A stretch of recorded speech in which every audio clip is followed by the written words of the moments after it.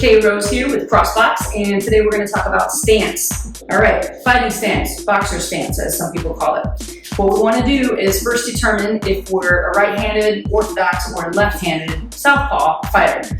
So I typically fight in a right-handed stance or orthodox. So what you want to do is start with your feet about shoulder width apart or waist apart, and the dominant side of your body. So again, if I'm right-handed, it's my right leg is going to step straight back from the square. So if I were left-handed or southpaw fighter, I'm going to step back with my left side. When you step back with the dominant side, what you then want to do is make sure that your feet are still apart. So we don't want to stack our feet up like this because you lose balance left and right. And we don't want to have our feet in this position because we lose our anterior and our posterior balance. So 1 foot up, dominant side back. I've created a square with my feet. All right. Now what I'm going to do is take that dominant side with the back leg and I'm going to slightly push it out so that I'm at about a 45-degree angle. So you don't want to be here because that limits movement, and you don't want to be so much parallel because that also is going to limit how you move laterally, left to right. So about a 45-degree angle. Then what I'm going to do is kind of shift my weight so that I'm in the balls of my feet.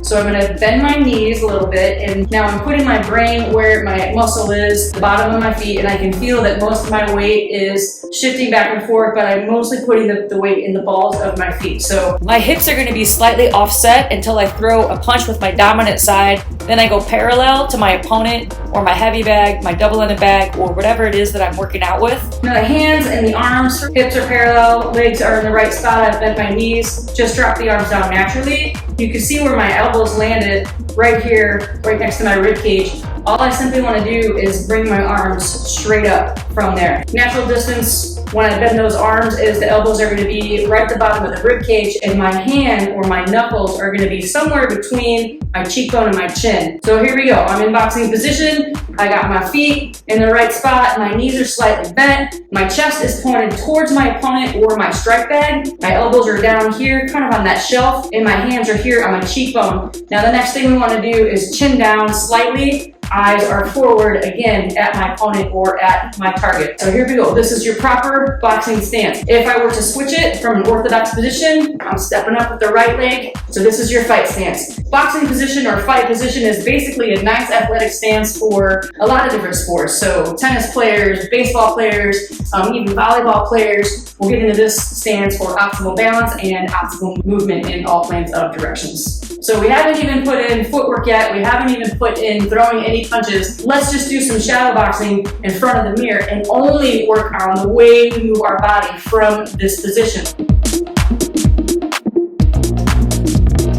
So what we're going to do is 3 different kinds of slips. We're going to just duck, and roll, bobbing and weaving, always making sure that those hands are up. Another one we can do, we got the duck, we got the bob and weave. We can also do the slip. Punch is coming straight at me. I can go under it, I can duck, or I can slip, shifting my weight back into the side. So slip, keep those hands up. We got the weave, bob and weave, and the duck. Also, when you're throwing your punches, you want to have the hands come from the correct position. Practice these movements with the hands up so that when you're ready to start throwing your punches, everything comes from the place that it's supposed to come from.